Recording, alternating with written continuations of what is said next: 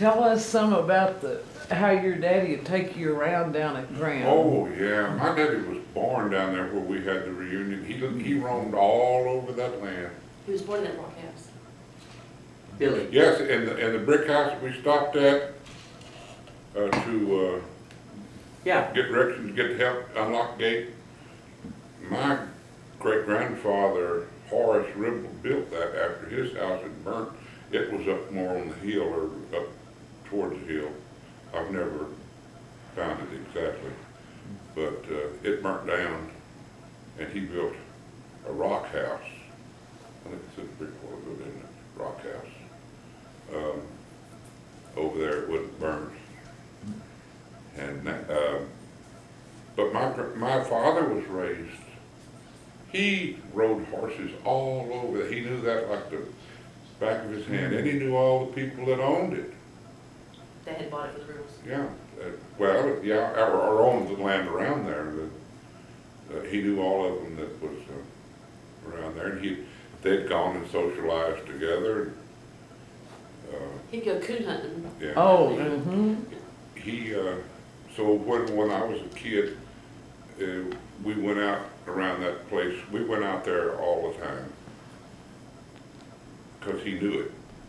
When we wanted to go arrowhead hunting, he could take you right to a good place. And he took me to a place over there off Rock Creek. Off Connor Creek, I imagine. But he said, look here, I found this when I was a kid. Doesn't this look to you like some old Indian sat out here under the shade of a tree and napped arrowheads all day long? Maybe he was showing the younger ones. Maybe he's crippled up and couldn't go do much else so he could make arrowheads. And then when he got through in the day, he would stand up and just dust all that off because there was just kind of the little chips, tiny little chips, just thousands of them. And he said, and if you look through, you'll find a broken arrowhead in there where something messed up. Whether he messed up or the kid he was instructing messed up. But that area was very rich with arrowheads. And he loved to go arrowhead hunting. Just about any time that he had a little out of time and you said, let's go arrowhead hunting, he'd say, okay, let's go. Let's go out there. And he looked over the same places that had been productive when he was a kid. You have a few rains, it washes a little stuff, you can go right back to that same area and look again. And there's chances are an arrowhead will be on the surface with him. And he has hunted many arrowheads over that place. He knew everything about that, knew who owned it.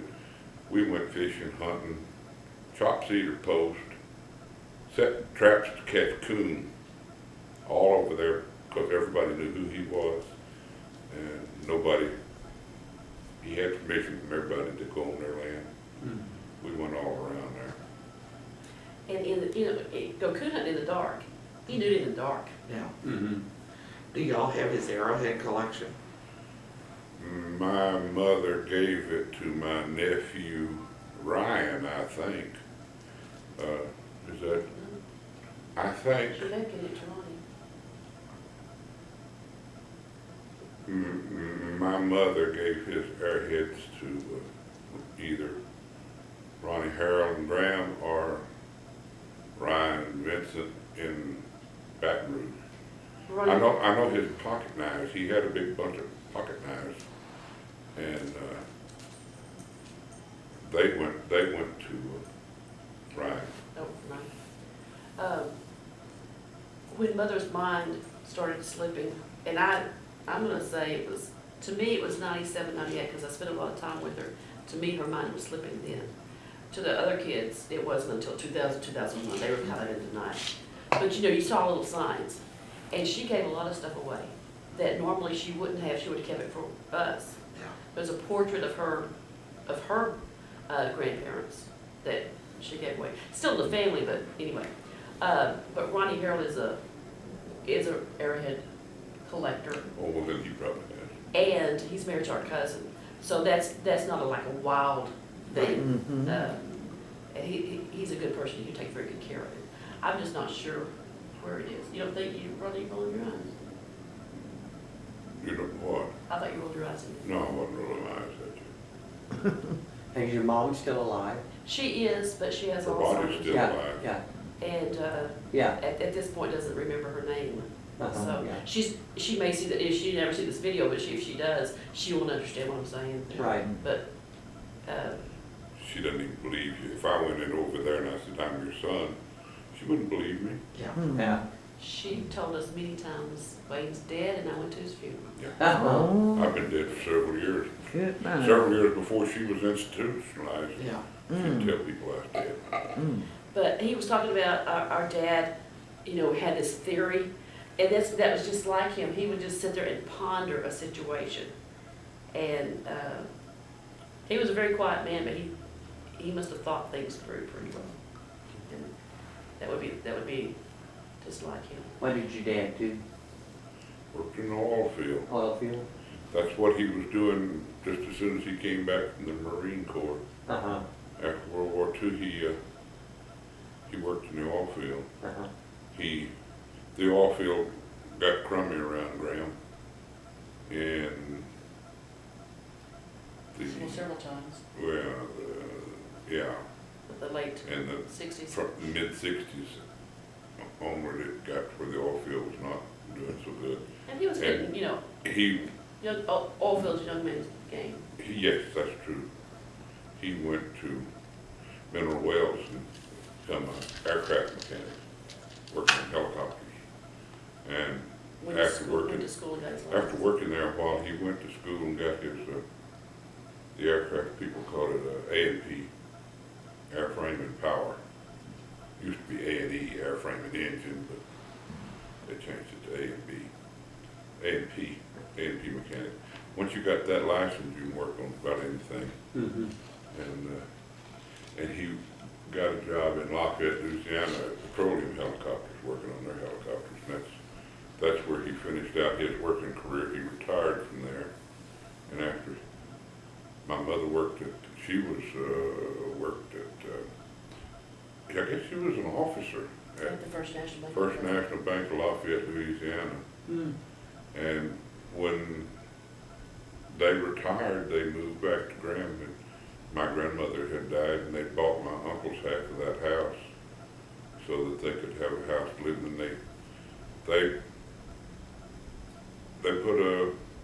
They had a travel trailer, and they just had a place for it, had hookups for it. They made all that. They had before 2 they acres of moved. land. Yeah, there's plenty of room out there.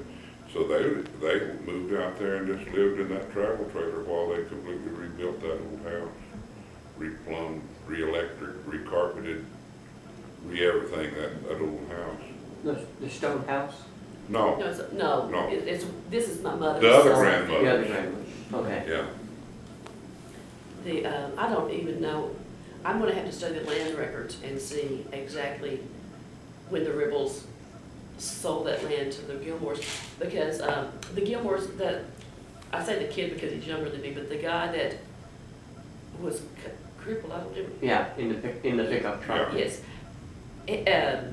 He's related to the people that bought the land from the Ribbles. And they were so kind to drive us all around. Mm-hmm, yeah. But, tell Shelley what they do with coonskins. Not Shelley, Susan. Well, Susan was the yeah. one that was asking about it. well, there's at times, it depends on the fur market, but at times there's a decent price for coon skins. Wow. And you skin them to suit the fur trading people, and you stretch them out. We had a little shack in the back, and we went out there and just nailed them to the wall. You gotta they don't shrink down, they don't curl up.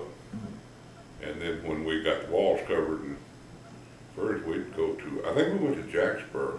There was a fur buyer in Jacksboro that we would carry them to, and you'd make a decent wage. My daddy was no stranger to earning his living skinning. During the Depression, and he was in high school, he discovered that he could make more money trapping and skinning skunks than a grown man could working all day, Wow. all week long. Mm. Because nobody wants to trap and skin skunks. Mm. But he knew how to trap them and where to trap for them, and he told me that he was making more money than a grown man working every day, and skinning skunks and selling the skunk hides. He went over to my mother's house. She was just a high school girl. With Dayton. Yeah, and her father, who is a man that's prone to be kind of opinionated. He's a horseman. He's out in the horse lot. He's got currying his horse, brushing his horse. Got his And back to the world. Got his back to him, and my mother walks up behind him and she said, "Daddy, can I go to the picture show with Bill tonight?" And my grandfather, without even thinking, said, "I don't know why anybody want to go anywhere with that skunk skinning son of a bitch." And then he looked around, saw my dad was dead right there. And he, "Oh yeah, go on move, go on, go on."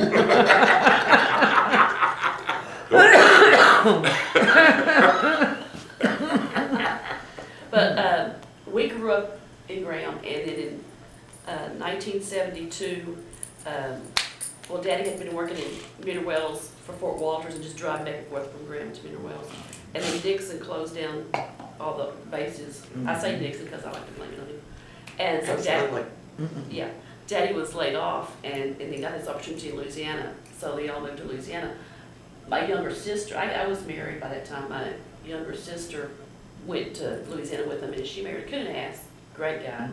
He is, he's a wonderful fellow. And they live in Ethel, Louisiana, which is outside of Baton Rouge. And Slightly north and slightly west. west, I think. Oh, I don't know. But she got hit by the hurricane. Mm. Oh.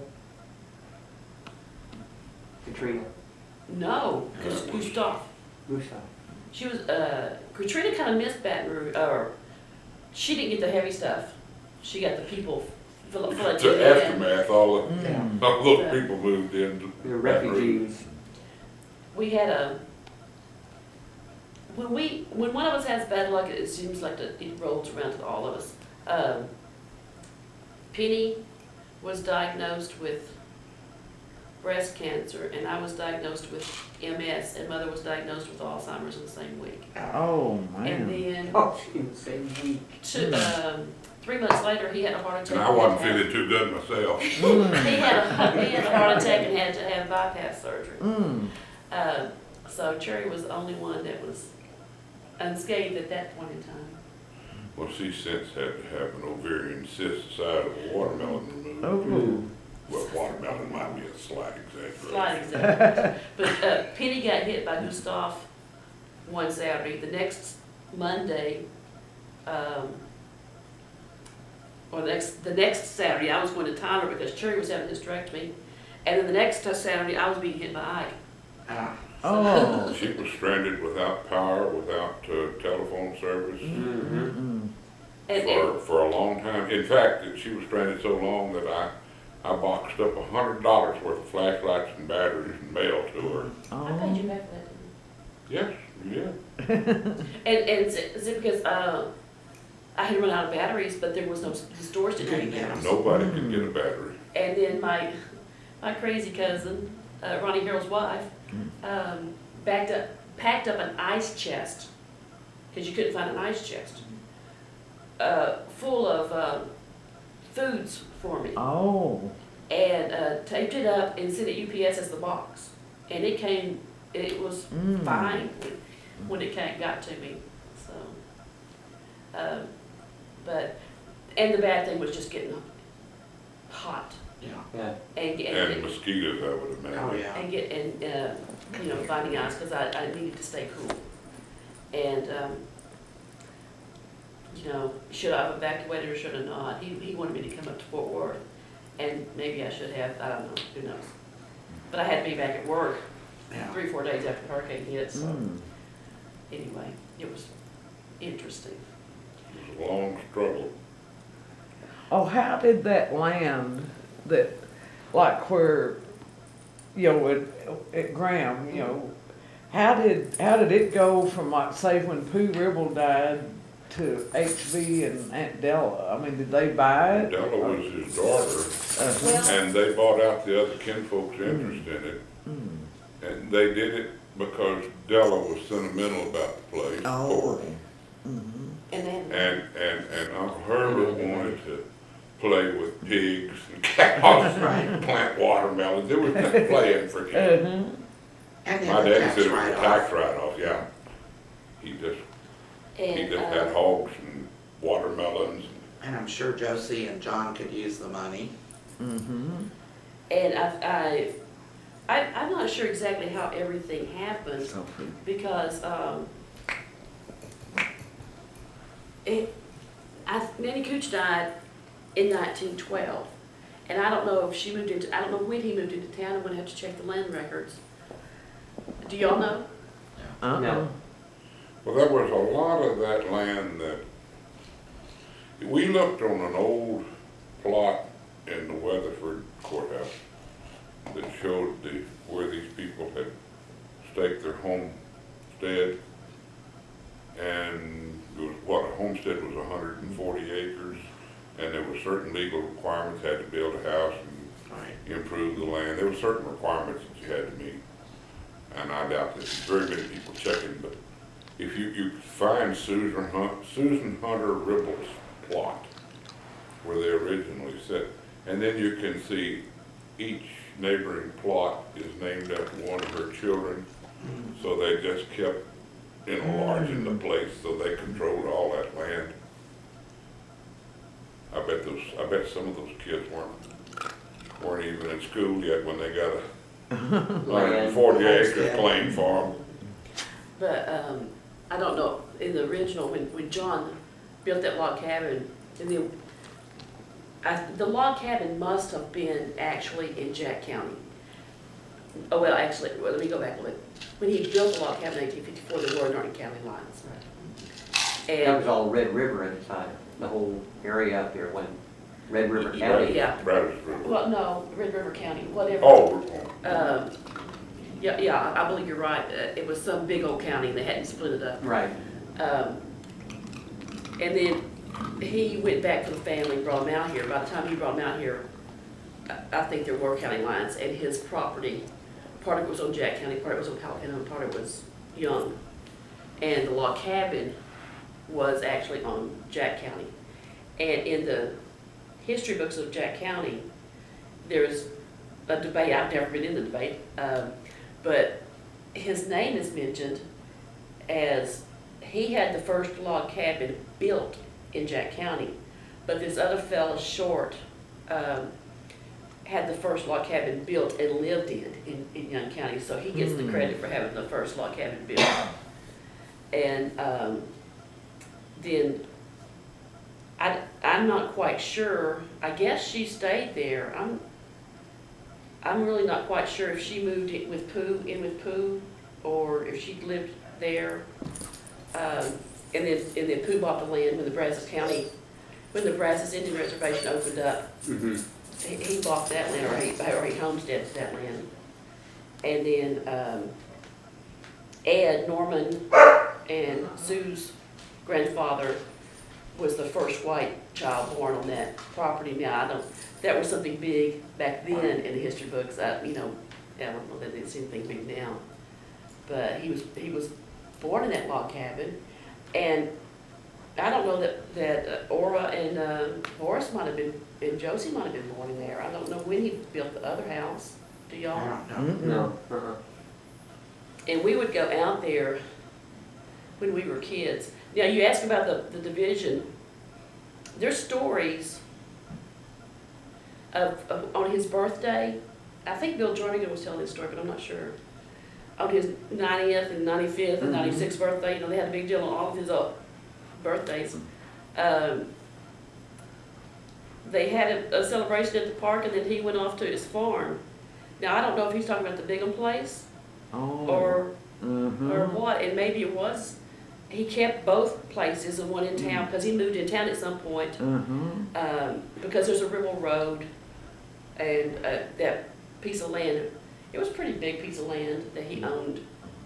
The Gateway Inn was there, and I remember that because when they went to build the Gateway Inn Hotel in Graham, I believe it was the late 60s, they needed my grandfather and Fatine, and I would think that they would also be trying to find y'all's father to say it was okay for them to build Gateway in there, because in his deed or in his something or other, he put down that no alcoholic beverage could be sold there, to be sold on his I property. think they call those a covenant Roadhouse.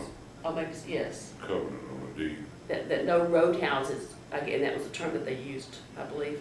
And so they had to have all their permission that they could sell alcohol there. They had to define what the old man meant, and they defined it as a place that sold liquor. If you didn't sell liquor, then roadhouse doesn't apply.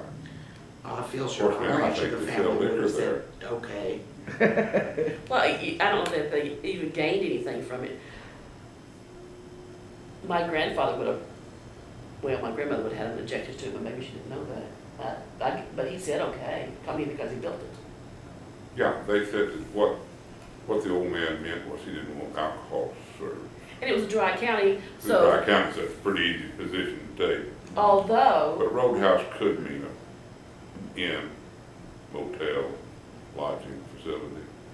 So yeah, so, because it was, they got a definition from his closest living kinfolk that the old man didn't mean it couldn't be a motel there. and it was odd anyway.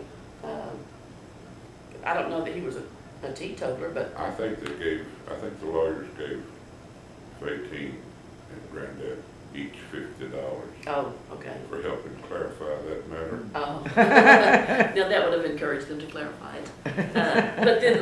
But the Roadhouse, the Gateway did have a private club where if you got membership, you could have some alcohol. They went by, but Graham was a dry county. Well, I guess it still is a dry county. I guess so. But they've got some private clubs in They've got places. some way of private clubs and such.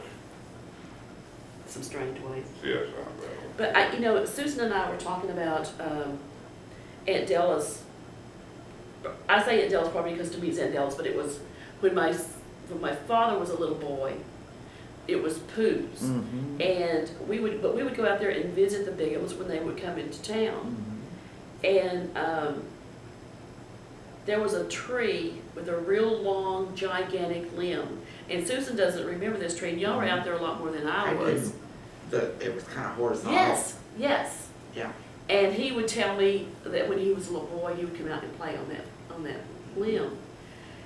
And that would just blow my mind, even thinking my father's a little boy. Right. And thinking of him playing on that. I didn't see that tree when we went there. Did No, you? I didn't, but I remember it. And that picture kind of shows it, but I haven't found a picture that really shows it. And that y'all have some pictures of the house, but I don't see that tree in there. Dad told me that if anybody ever goes to cut that tree down, saw it up, they're in for a surprise. I must have hammered 1,000 nails into that old tree as a kid. Every time I'd find a nail, I'd come out and drive it in that tree. But then, Granddad H would tell us stories about when he was a little boy out there, and so it's interesting how many generations. But you haven't talked about the 5-generation picture. I'm in it. I'm the last surviving person of that picture. That one is I'm a little baby in my daddy's arms. I'm 6 months old. It was taken the first Sunday in June at Gooseneck of 48. And he was born in January of 48. That picture was taken in June of 48.